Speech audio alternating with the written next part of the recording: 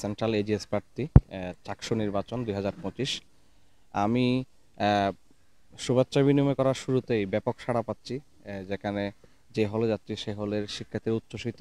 কারণ আপনারা কুচ নিয়ে দেখবেন, আমি বিগত ফেসিবাদের আমলেও ছাত্রদের কল্যাণে কাজ করেছি। জুলাই গণ অভ্যুত্থানও নিজের সর্বোচ্চ দিয়ে চেষ্টা করেছি দেশ মাতৃকাকে ফেসিবাদ মুক্ত করার জন্য। এই যে আন্দোলন সংগ্রাম নেতৃত্ব দেওয়া, যার কারণে আমার সাথে সাধারণ শিক্ষার্থীদের সাথে আগের থেকেই অনেক বেশি কানেকশন ছিল, যার কারণে শিক্ষার্থীরা আমাকে উচ্ছ্বসিতভাবে খুশির সাথে গ্রহণ করছে এবং তার আশ্বাস দিচ্ছে যে ভাই আপনি হবেন আগামী দিনের আমাদের এজিএস ইনশাআল্লাহ। হ্যাঁ, আমি নির্বাচিত হলে চট্টগ্রাম বিশ্ববিদ্যালয়ের যে মৌলিক সমস্যাগুলো আছে সেই সমস্যাগুলোর মধ্যে যে আমার কাছে যে বিষয়গুলো উঠে আসছে, শিক্ষার্থীরা আমাকে যে বিষয়গুলো জানাচ্ছে তার মধ্যে হচ্ছে আবাসন সমস্যা। আমি যদি নির্বাচিত হই তাহলে পরে চট্টগ্রাম বিশ্ববিদ্যালয়ের যে আবাসন ব্যবস্থাপনার যে ঘাটতি রয়েছে সেটাকে পূর্ণ করার অংশ হিসেবে আমি অস্থায়ী এবং স্থায়ী দুটি বিষয়কে সামনে রেখে স্থায়ী ডরমিটরি নির্মাণ করব শিক্ষার্থীদের জন্য, যেহেতু আমাদের ল্যান্ডের কোনো অভাব নাই। এবং অন্তত প্রতি বছর আমি 10 তলা দুইটা বিল্ডিং তৈরি করার জন্য প্রশাসনকে চাপ দিব। এই জায়গায় আমি বেসরকারি সংস্থা এবং সরকারি সংস্থার কাছ থেকে সহায়তা নিয়ে আমি সম্পূর্ণ আবাসনমুক্ত ক্যাম্পাস বিনির্মাণ করার জন্য কাজ করব।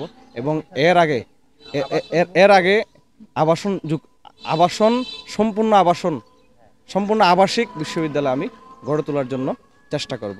পাশাপাশি আরেকটা বিষয় হলো, আমরা আবাসনের যতদিন পর্যন্ত প্রশাসন এই আবাসন দিতে সক্ষম হবে না ততদিন পর্যন্ত যাদের বিশেষ প্রয়োজন আছে তাদেরকে আবাসন ভাতা দিতে বাধ্য করব।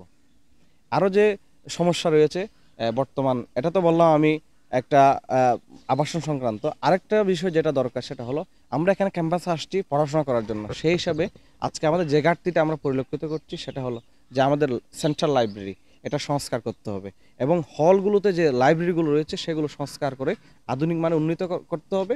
এবং পাশাপাশি প্রত্যেকটা হলে একটা পাঠকক্ষ রাখতে হবে, যে পাঠকক্ষের শিক্ষার্থীরা সানন্দে পড়াশোনা করবে এবং তাদের ক্যারিয়ার বিল্ড আপ করবে। এবং আমাদের যে লাইব্রেরি রয়েছে সেই লাইব্রেরিতে সফটওয়্যার তৈরি করার মধ্যে দিয়ে যাতে সহজে বই খুঁজে পায় এবং বই নিয়ে প্রবেশ করা, সহজে বই নেওয়া, সব কিছু আমি করার চেষ্টা করব। এবং সায়েন্সের যে শিক্ষার্থীরা আছে, যে ল্যাব রয়েছে সেই ল্যাব ব্যবস্থাকে সম্পূর্ণ আমি আধুনিক করার জন্য চেষ্টা করব।